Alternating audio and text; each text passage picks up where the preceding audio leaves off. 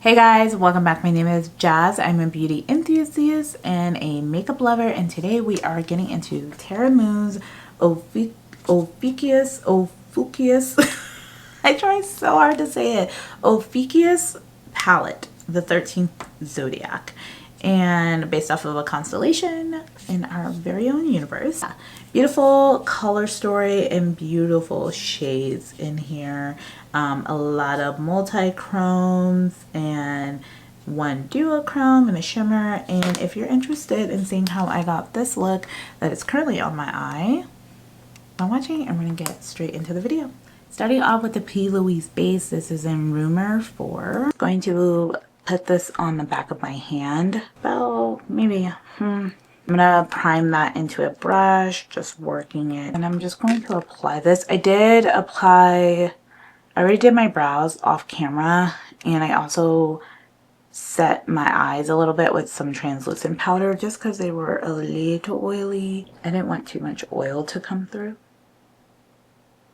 I'm applying that mainly on the lid, but then I'm going to blend it upwards. I do have NARS Soft Matte here where I cut my brows. I do want to do more of a cut crease type of look. I am taking it a little above my crease and not just picking up whatever's left on the back of my hand to add just a little bit more coverage. Anything that needs to be like more blended out, I can use a sponge. Then taking my translucent powder, I'm using the Ophiuchus. I'm going to pick up just a little bit on a brush. And then I'm just going to lightly dust where I put that base. My eyes are big, no shocker there. So they tend to crease quite a bit. So I want to just make sure that I have some powder down just so we can avoid a little bit of creasing of time, and then me not having to trip up my words trying to pronounce some of these shade names. I will put the shade names on the screen with a description of the color I'm applying it. And since I do want to do a cut crease, we're going to go for very small brushes. Find that this is the best way for me to achieve a cut crease like look is to use small brushes. I also have some blending brushes here because, you know, you need to blend. Working darkest to lightest, let's just start here and just hope for the best. Ooh, okay, that blue is very, very pigmented. This could easily just go in a different direction. I'm like holding my breath while doing this. But yeah, this blue is really, really pretty. I'm actually going to use that same brush. It's a choice. You don't have to do this. You can totally get another brush. I tend to like to use the same brush sometimes because one, less brushes I have to wash, but also two, I sometimes think it helps a little bit with the blending. Go into that darker green, pick it up on that same brush. I'm just going to start applying that right above where I put that blue. Fun fact, I actually filmed this video yesterday and I sat down and filmed almost 2 hours, not almost, I did film over 2 hours of footage, only to find out I never had my memory card in. So this is like a completely different look than what I did yesterday, which I kind of have a little bit more energy, a little bit more insight. I feel like the blend could be a little bit better. I'm being kind of lazy on that blend. Maybe blend that out a little bit more. I add a little bit more of that green in this side too. Just like going down that way. Okay. I'm actually now going to take that orange shade and I'm actually going to start adding that underneath closer to the lash line. Like I said, I don't think I'm going to make this a super clean cut crease. I think I'm just going to work with what I have. I'm going to knock off that orange that is on that brush. I'm actually going to dip in to this gray shade. Just like kind of add that in between that blue and that orange, just right there. But kind of marry those two together, but like also separate them. Take a bit of that cut crease, pick up whatever's on that. It's not a ton. Normally you would probably use a lot more than this, but I'm just going to go in and press that in to get a cleaner cut. You get that nice, really clean look. I'm gonna take a packing brush. This is actually a pretty thick packing brush. It was really big. I'm gonna take that lighter green shade and I'm just going to start applying that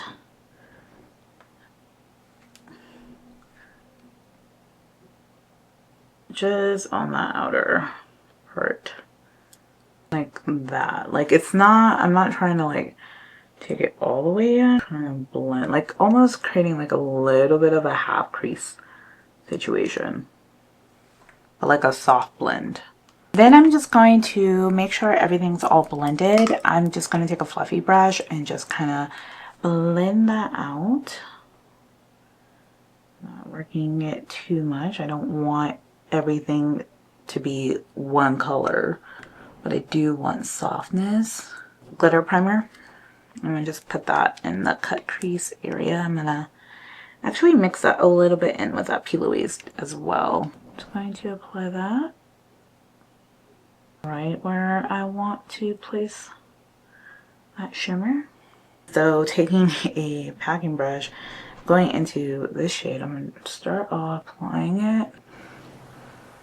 My fingers would have been better, but also to show how they would have worked with, that's like how it would go with a brush, which actually is pretty good. I find dabbing is the best method. The little rubs don't hurt, but going back and forth, do not do that. I feel like that will just disturb everything. It's literally perfect. I'm just going to go back in with that blue and sharpen that blue up just to make sure that is visible. Feels a little weird going over that glitter glue with the matte, but it works. And then just going in with that lighter green just to really blend that all together. This is such a pretty shade. Like, it's like, I don't know how it's coming off on camera, but it's like this orange, yellow, gold to like a pink green. I feel like with my eye shape, when I do a look like this, I need eyeliner to really bring it in, especially because I don't like doing underneath. I know that kind of gives the illusion of like floating eyeshadow. There's a reason for it, but I just don't want to. Those are not the same. Not the same at all. Okay, I'm gonna go get some micellar water. Also, this eyeliner is from Oil Espresso. It's their highliner in just black. Let me go get micellar water, clean this up a little bit, like in areas with a Q-tip. Micellar water, some Q-tips. We're gonna clean this up. Looking crazy. I'm actually gonna clean a little bit up on the eyebrows here. I'm gonna take a dry side just to even sharpen it up a little bit more. Ooh, I love that. Hey, there we go. Okay, I feel way better with that than I did before. Like, it was not like the shape, which just wasn't what I wanted or what I felt comfortable in. This, I feel much more comfortable. Looks much cleaner, neater. I love that.